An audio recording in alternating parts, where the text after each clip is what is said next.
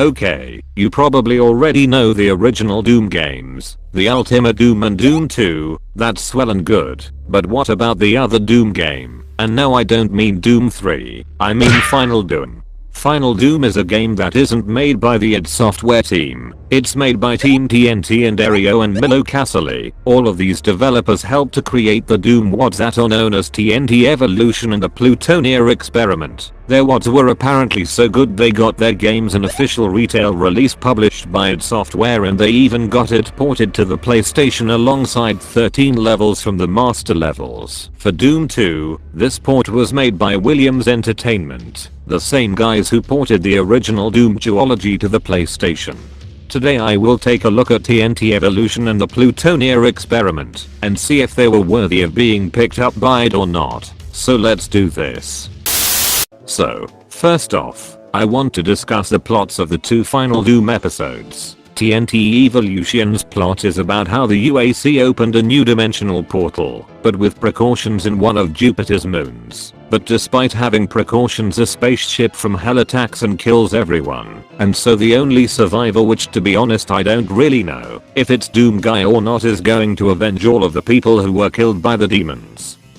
And in the Plutonia Experiment, after the events of Doom 2, the UAC tries to prevent any further demonic invasions using a machine called the Quantum Accelerator that basically stops invasion gates. They tested the machine with a ring of 7 gates and the machine worked wonderfully on stopping them. For only 6 of them. On the 7th portal the invasion was too big to handle, and so everyone was killed.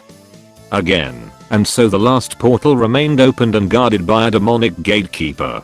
So again you go alone as a marine, that I don't really know if it's Doom Guy or not, and stop the demonic invasion. When it comes to Final Doom canonically, it's basically just an expansion to the story of Doom 2, maybe a Doom 3, if you can call it that. Well, that covers up the stories. Now let's move into the gameplay.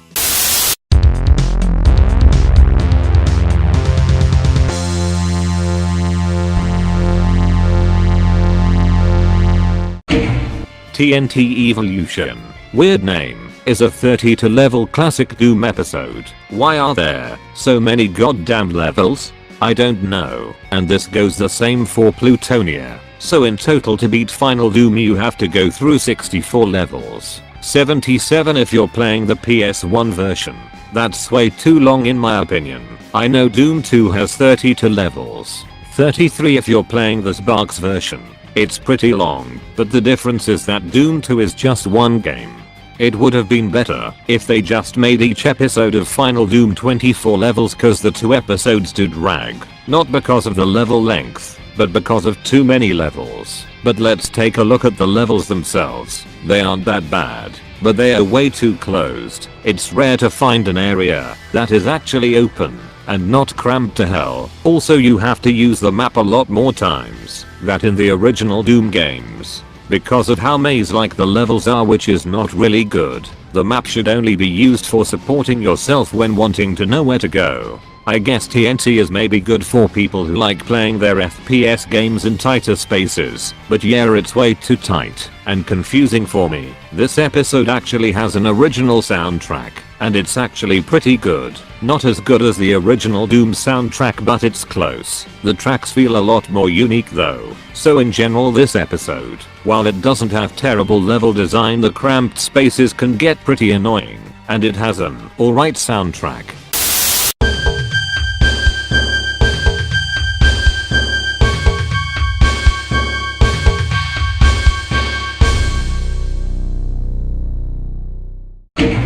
The Plutonia Experiment, like I mentioned before, is also a 32 level episode, but I already expressed how I feel about 32 level episodes, so let's move on. As you have noticed by the intro, this episode doesn't have an original soundtrack unfortunately, which makes this episode look like a second part to the master levels, which it kinda is in a way. The episode presents itself as just another episode, but in reality the levels are pretty challenging.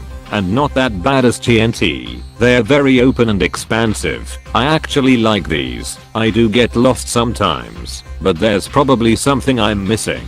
So yeah, the levels are pretty alright. There are also some remarkable ones like this one with the ledge, One where you fight the best version of the Icon of Sin, and this one where you go into a wood maze, and it uses the music from the Doom 1 ending, which is kinda cool actually, kinda like when in one of the Doom 1 levels they use the music for when you complete a levels. I think one of the problems with this game is how the two episodes is how unbalanced the enemies can be sometimes, and when I say that I mean that chain gun zombies are fucking everywhere man, holy shit, it adds to the difficulty of the game. But not in a good way. Maybe it would have been better if they paired the chain gun zombies with shotgun zombies, so it can be a little bit more balanced and varied. But yeah, the levels are alright I guess. They can get pretty bullshitty sometimes, but hey, why do you think we have different difficulties? And even then, from what I've seen, this game is intended for hardcore fans.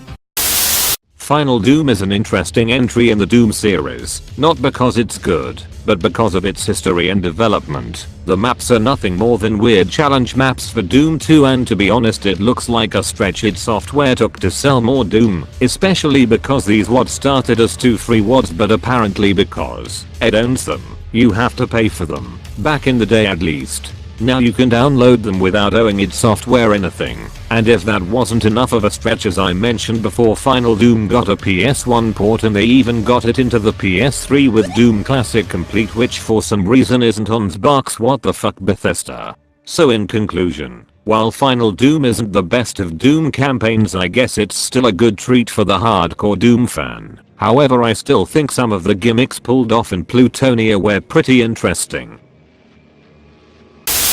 So yeah, those were my thoughts on Final Doom. I don't have anything else to say, so I'll go now.